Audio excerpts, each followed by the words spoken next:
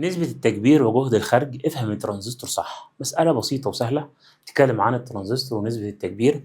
بيقول لي يوضح الشكل دائرة ترانزستور ان بي ان معامل التكبير بيتا اي ب99. عايز تيار المجمع اللي هو بنرمز له بالرمز اي سي، وعايز جهد الخرج اللي هو في سي اي.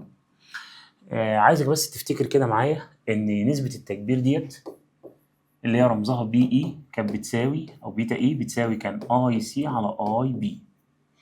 طيب هو مدي نسبة تكبير 99. اي سي مش معانا، اي بي اللي هو التيار اللي داخل هنا اللي هو كام؟ 6. بس ده 6 مايكرو، يعني 6 في 10 أس سالب 6. أو ممكن نخليه دلوقتي من غير خليه دلوقتي بإيه؟ بالمايكرو زي ما هو. يبقى الاي سي هتساوي 99 في 6 تطلع 594 مايكرو أمبير. يبقى الإجابة الصح 594 مايكرو أمبير. طيب جهد الخارج، ركز بقى في الحتة دي. كنا بنسمي الجهد ده اسمه في سي سي، كان بيساوي جهد الحتة دي زائد جهد الحتة دي. جهد الحتة دي كان بيسمى في سي اي اللي هو فرق الجهد بين المجمع والباعث، وده كان بنجيب فرق جهد نضرب اي سي في ار سي. يبقى كنا بنقول ان في سي سي بتساوي ايه؟ في سي اي زائد اي سي في ار سي.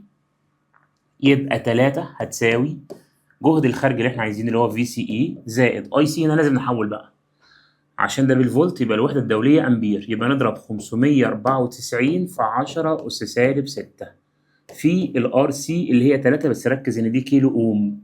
يبقى 3 في 10 أس 3 عشان أحولها لأوم.